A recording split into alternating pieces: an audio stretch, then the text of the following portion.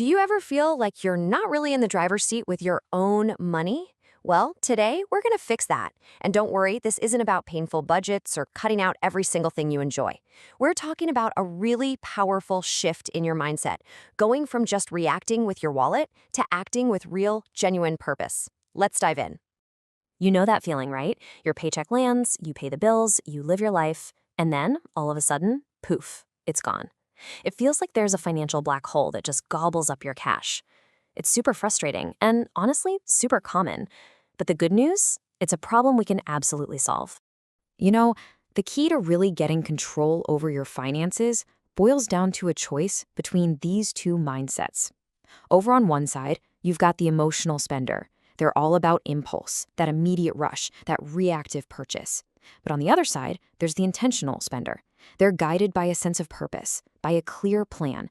Our whole goal here is to give you the tools to make that second mindset your new normal. All right, so our first path is all about one simple, powerful idea: creating a moment of hesitation.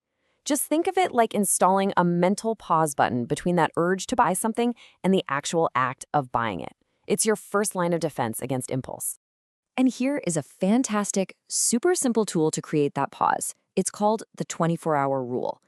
When you get that urge for a non-essential purchase, you don't have to say no. You just tell yourself, not right now. You wait a day.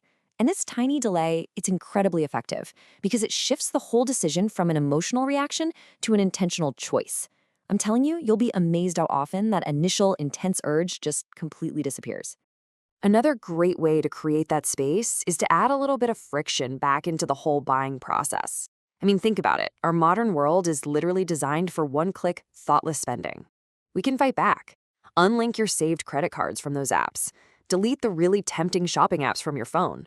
You could even try leaving your wallet at home sometimes.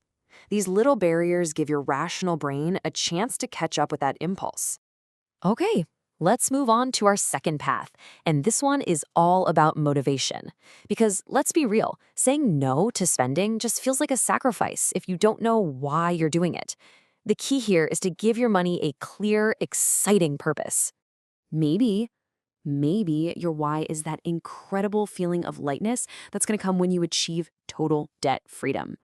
Or maybe it's the thrill of planning and saving up for that big adventure. You know, the one you've always dreamed of taking. Or hey, maybe it's something a little less tangible but even more powerful. The deep, deep security that comes from building an emergency fund and just having true peace of mind about your future.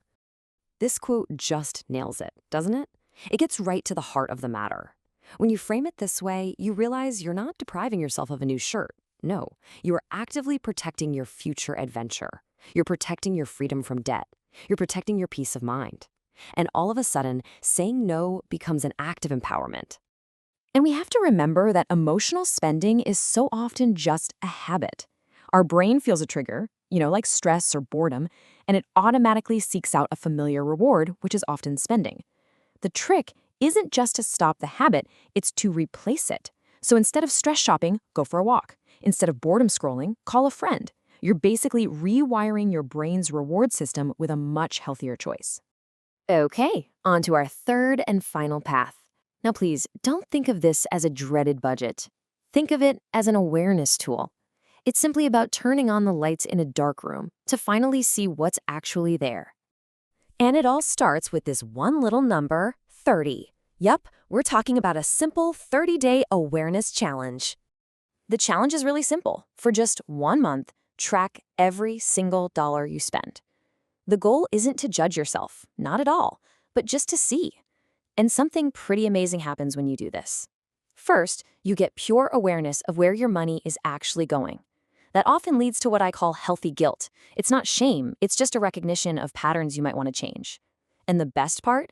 You naturally just start to spend less, simply because you're paying attention. So, let's bring all these paths together now into your personal plan. And remember, the goal here is not restriction that makes you miserable. It's about alignment. It's all about making sure that your spending is a perfect reflection of the life you truly, genuinely want to live. So here it is, your 3-step plan. Step 1, create space to pause on those impulses. Step 2, connect your money to a powerful why. And step 3, use that awareness tool. Track for 30 days. That's it. That is the entire foundation for becoming an intentional spender. So I'm going to leave you with this one question. It doesn't have to be some huge life-altering change. Just what is one small, intentional choice you can make with your money, starting today? Because that's where it all begins.